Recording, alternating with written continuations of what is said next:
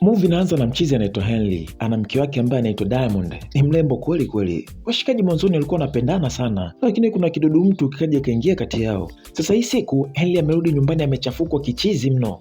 Muda huo mke wake naye akafika, alikuwa ametoka.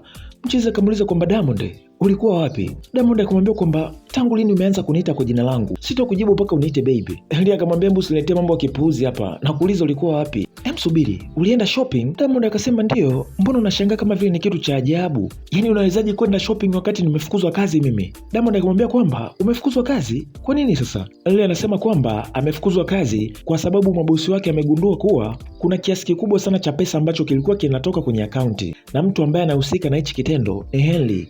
Kwa hiyo Henry amekuwa akitoa pesa mara kwa mara kwenye akaunti ya kampuni kwa matumizi yake binafsi, na hii ndio sababu amefukuzwa kazi. Diamond akamwambia kwamba unawezaje kufanya kitu kama hichi? Kwa nini umefanya hivyo sasa? Hizo pesa umechukua za nini sasa? Henry akamwambia kwamba hivi uone hata aibu. Hivi akili zako zipo kweli wewe? Sasa iko hivi, Diamond ni mwanamke ambaye anapenda sana matumizi. Yaani aga anapenda bata kutumia pesa ovyo ovyo tu. Na huyu mwanamke ndo amekuwa akimshawishi mume wake aweze kuiba zile pesa kwenye kampuni ili akaende kufanya starehe zake. Kwa hiyo sababu kubwa ya Henry kuiba pesa kwenye kampuni yao ni kwa sababu ya kumfurahisha mke wake, lakini matatizo yametokea. Diamond anajifanya kama vile haelewi sababu ni nini. Tena amemgeuzia kibao mume wake, anaanza kumlaumu yani. Mchizi akamwambia kwamba naona kama vile unanikera tu hapa. Hebu acha niende chumbani nisije nikakuwasha makofi mimi. Na nitawapigia wazazi wako niwaeleze kuhusu hili jambo. Basi kweli bana, mida hivi mama yake Diamond akafika pale nyumbani. Bibi mkubwa anasema kwamba tatizo ni nini? Umenipigia simu kwamba kuna dharura, hebu niambie basi. Mshikaji akamwambia tulia tu mama. Diamond, mama wako yuko hapa.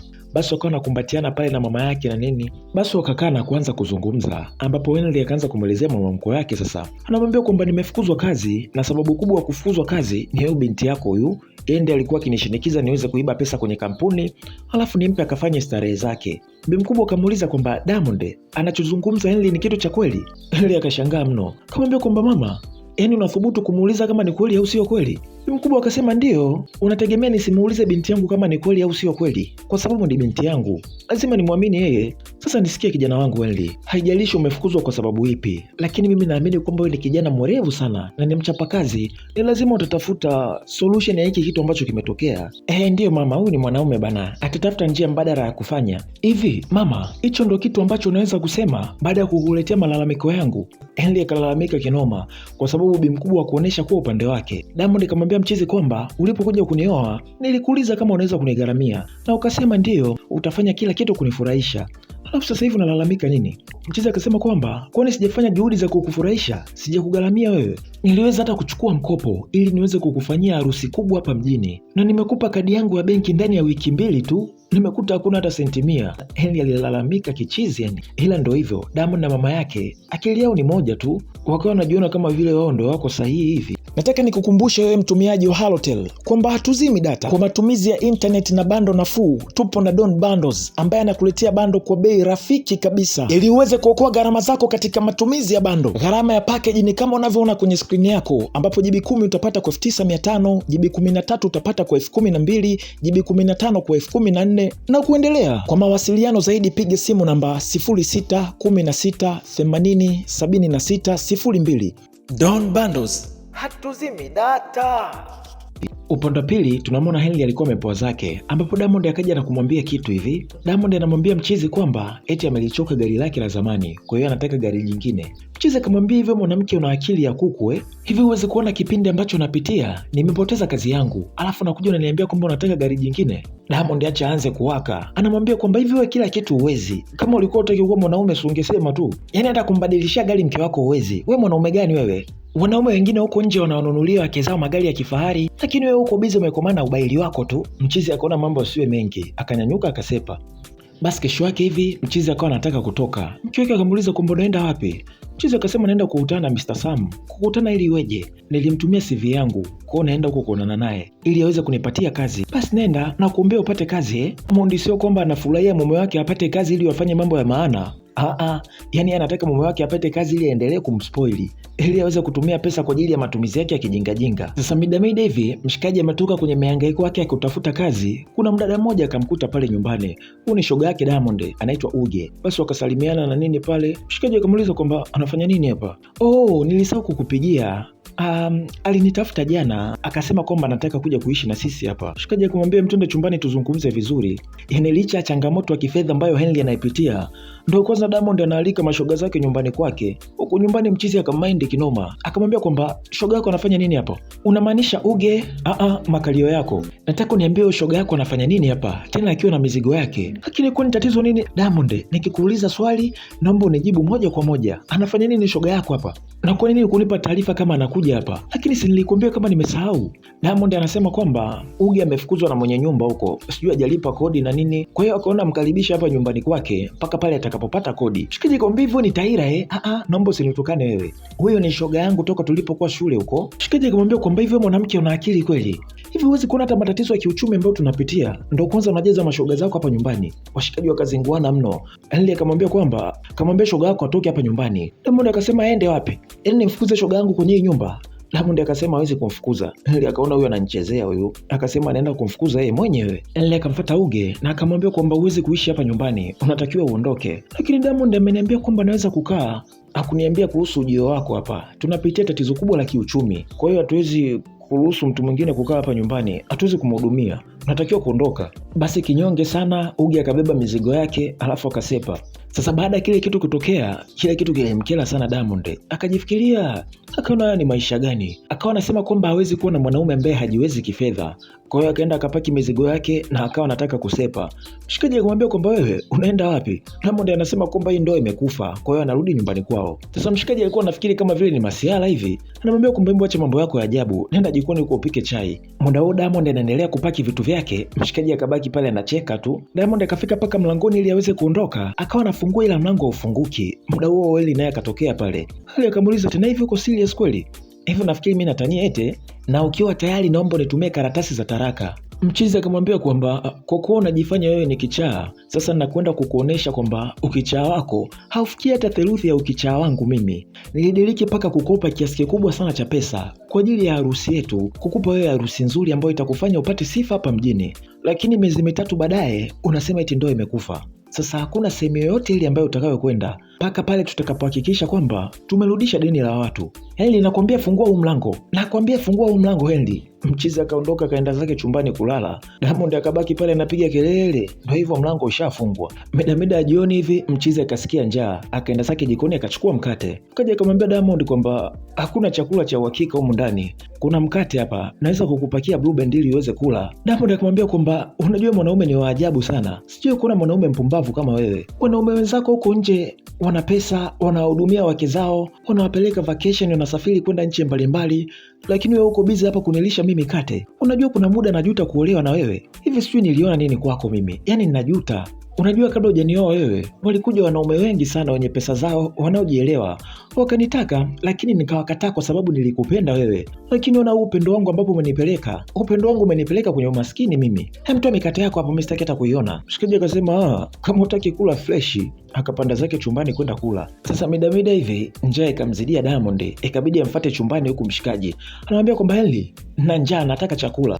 Kwani vipi? Wewe una hela ya kununua chakula? Usiniambie upuuzi, mimi sina hela. Lakini si nilikuambia kwamba ule mkate, sitaki mkate. Nile mkate kwani mimi ni mtoto? Nisikilize Henry, kama umeshindwa kunilisha humu ndani, ni bora niache tu nirudi nyumbani kwetu. Yaani kwetu hakuna shida ya chakula kabisa. Naomba niache nirudi nyumbani kwetu. Diamond akaongea maneno mengi kichizi yani. Mchizi akasema mtulie basi, ngoja niende nje kukutafutia chakula huko. Baada ya kama nusu saa hivi, mchizi akarudi na chakula akampatia pale Diamond. Sasa chakula ambacho Henry alimletea Diamond ni chakula kizuri sana na ni chakula pendwa cha Diamond na kinauzwa gharama kubwa mno. Sasa Diamond akajiuliza, huyu mtu anadai kwamba hana pesa, lakini ameniletea chakula cha gharama hivi, tena chakula changu pendwa. Hii pesa ameitoa wapi? Kwa hiyo Diamond kwa akili yake akafikiri kwamba huenda Henry anamchezea kamchezo tu. Akawa anawaza kwamba huenda hata Henry hajafukuzwa kazi, huenda kazi yake bado anayo na pesa anazo, ila anajaribu kumpima Diamond kama anampenda kweli. Diamond akajilaumu kinoma kwa kuwa mkali kwa Henry, akahisi kama vile atakuwa amefeli huu mtihani ambao Henry amempa.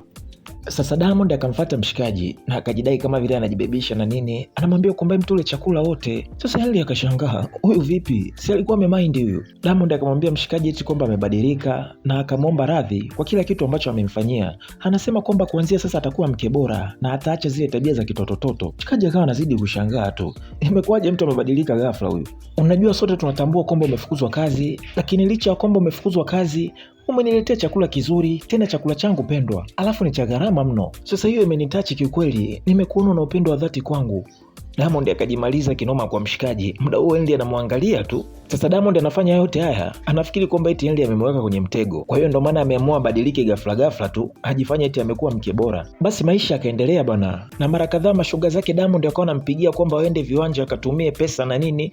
Diamond mara hii akawa anawakataa mashoga zake. Anawaambia kwamba ameamua kukana ndoa yake tu. Yaani akabadilika kabisa. Akawa kimkakati. Sasa kuna siku Henry alikuwa ameacha simu yake chumbani. Diamond akachukua na akawa anasoma message. Na kwenye kusoma message kule akakuta kuna message ambazo Henry anaomba pesa kwa washikaji zake. Diamond akastuka kinoma yani. Kwa mawazo yake alikuwa nafikiri kwamba huenda mume wake anajifanisha kwamba amefilisika. Kumbe hajifanyishi, amefilisika kweli bana. Diamond akaja akawa anamwakia kinoma Henry. Anamwambia kwamba hivi kumbe ni kweli umekuwa maskini.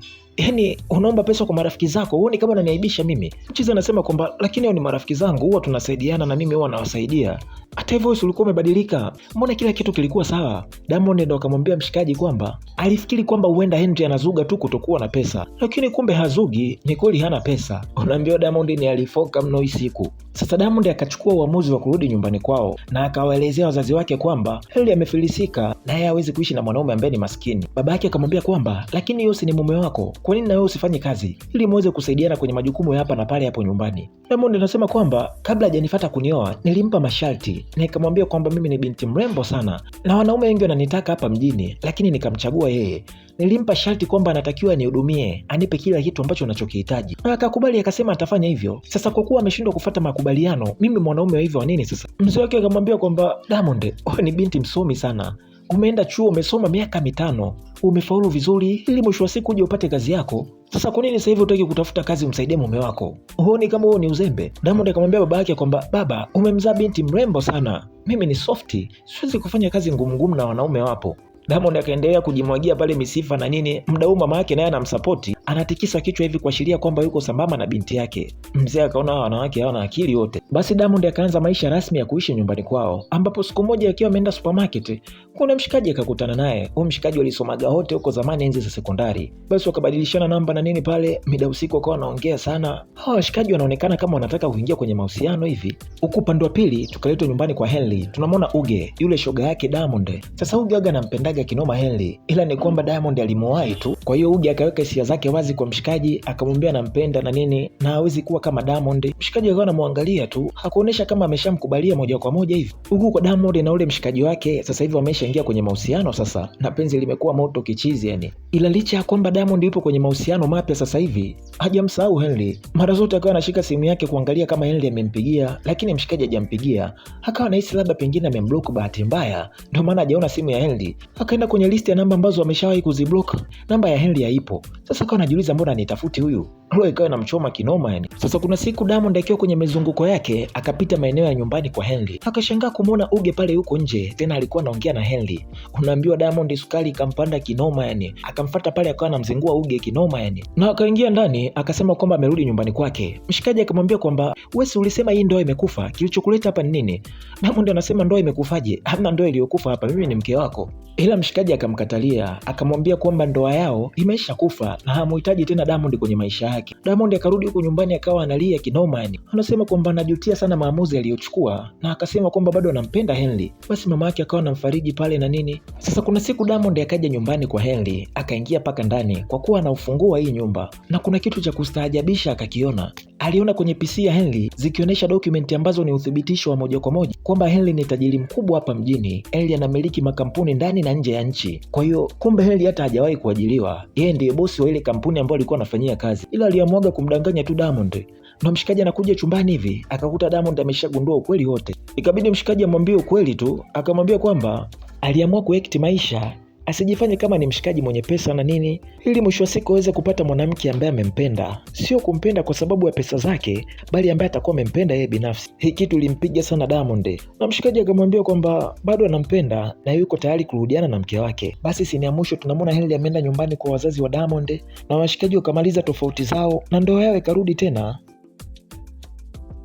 Na hapo ndo nakuwa mwisho hii movie inaitwa My Material Wife. Niandike maoni yako, umeonaje movie hii? Hapa ni High410 Recap na mimi hapa ni Clever OG. Fanya kusubscribe ili uanze kupata kazi zetu pale zinapotoka. Till next time.